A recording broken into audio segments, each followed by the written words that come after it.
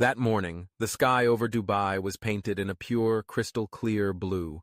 Sunlight filtered through thin layers of clouds, scattering golden specks upon the gentle waves that stretched endlessly to the horizon. It was the day the mighty Sultan decided to set sail, bringing along his most trusted courtiers to enjoy the enchantment of the open sea. Laughter filled the air, and their eyes sparkled with excitement and pride. To them, the ocean was a symbol of freedom, of limitless power. Yet amidst the cheerful crowd, there was one face unable to conceal its terror. It belonged to Zion, a nobleman of high rank, who had never once set foot on a ship. Zion, born into luxury, raised behind golden doors and marble walls, had unknowingly let those same walls imprison his unresolved fears. The sea, to him, was an invisible beast, brought to life through whispered tales of ghost ships and sea monsters that devoured men in the endless darkness. As the land disappeared into the horizon and the waves grew taller, Zion's face turned pale. His hands shook as he clung to the wooden rail as if it were his only lifeline to existence. Then came the screams, piercing the calm of the serene morning. He cried out wildly that they were doomed, that the sea would swallow them whole, that they would never return to the safety of the shore. For 2 days and nights, Zion's cries echoed throughout the ship. He neither ate nor slept, nor let anyone else find peace. His hysteria became contagious, draining the crew and irritating the courtiers. None dared to say it, but all silently hoped the Sultan would end this voyage of torment. Even the Sultan himself, once brimming with excitement, now sat quietly, staring at the vastness of the sea with a heavy heart. "Should we return?" He sighed in despair. The joy of many had been stolen by the fear of one. At that moment, an old man, humble in appearance, stepped forward. It was Idris, a reclusive scholar who had been invited to observe the journey in silence.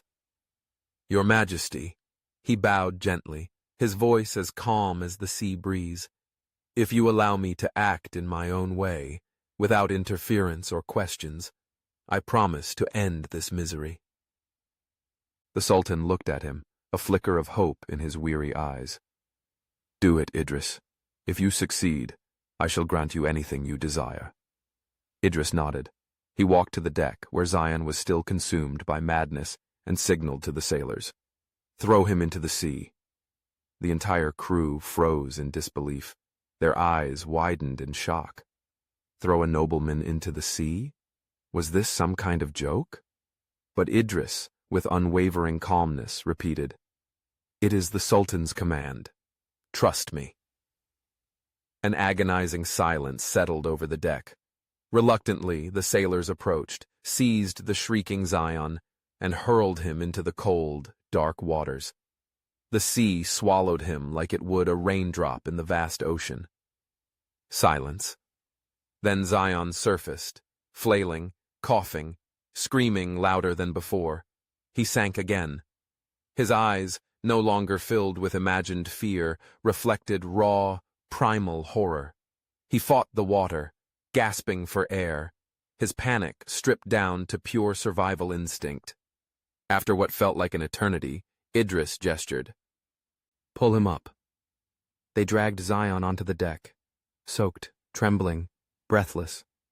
But something had changed.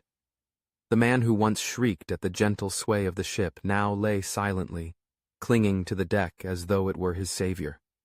He whispered in a trance-like state, "Thank God. Solid wood, safe deck."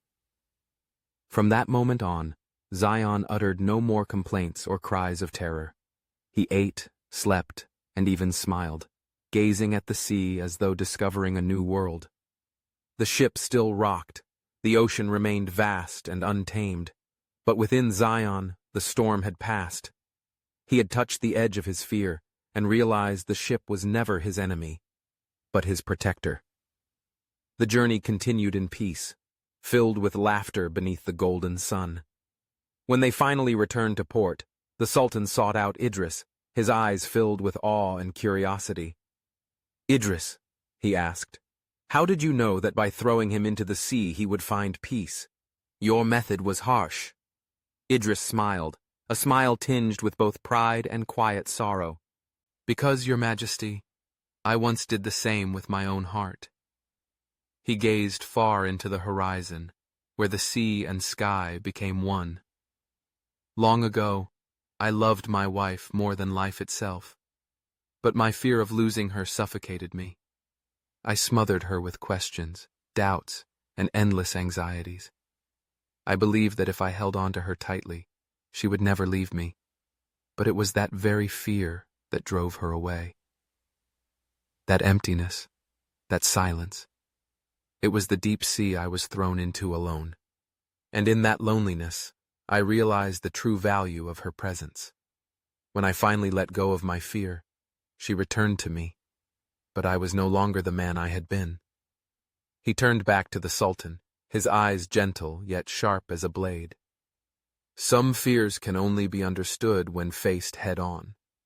Had Zion not tasted the brutality of the sea, he would have remained enslaved by the phantoms in his mind. Fear in our imagination always grows larger than fear in reality. When we avoid it, it controls us, torments us, but when we confront it, we see its true size and nature.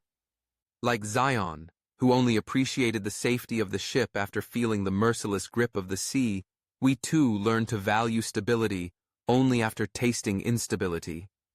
Idris bowed softly.